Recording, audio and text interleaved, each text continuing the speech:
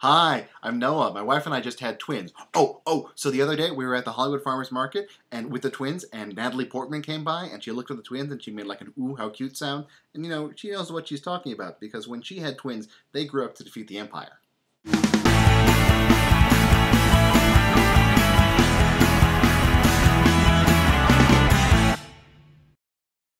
Okay, so I have baby B here to help me finish the birth story. I had baby A with me for the last chapter in this story, so I figured it's only fair to bring on baby B. So, when we last left off, the baby had just been born. Now, I warned you last time that the story's about to get a little bit scary, but then it gets happy again, I promise. Okay, you see, things were not all quite happiness and cuddles. Baby A wasn't crying when he was born because he wasn't so much breathing. Out of the corner of my eye, I could see that the doctors were giving him oxygen and CPR while another doctor was dicing up his umbilical cord like a steak at Benihana because he needed to use the cord gas. Now, I don't know exactly what cord gas does, but you know what?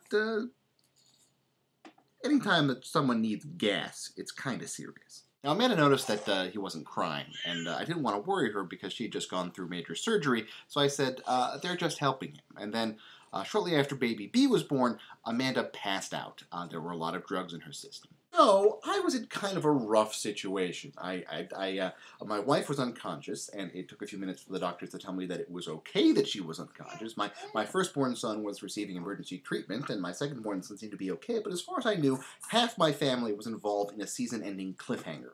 I managed to stay calm because the doctors and nurses in the room were staying calm. Now, my vision had not switched to ER-style shaky cam. In fact, things seemed relatively routine.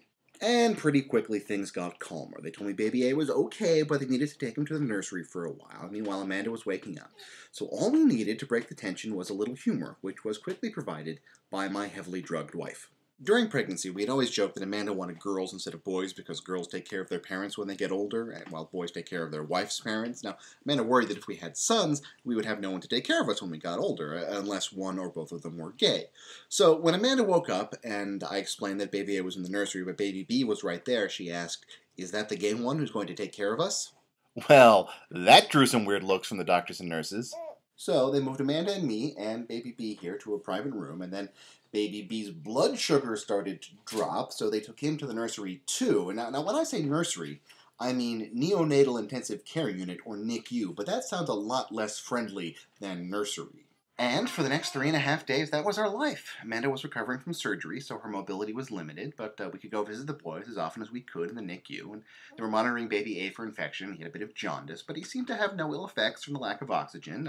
Baby B refused to eat for a little while, so we had to have a tube up his nose, and generally they were both covered in wires, but the staff of the NICU assured us that we would go wireless shortly.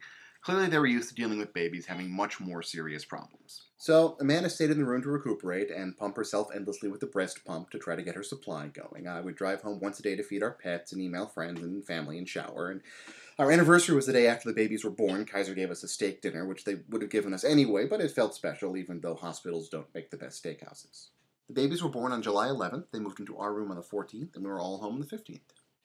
And that, finally, is the story of how these babies were born. You don't have to be the gay one if you don't want to. Bye!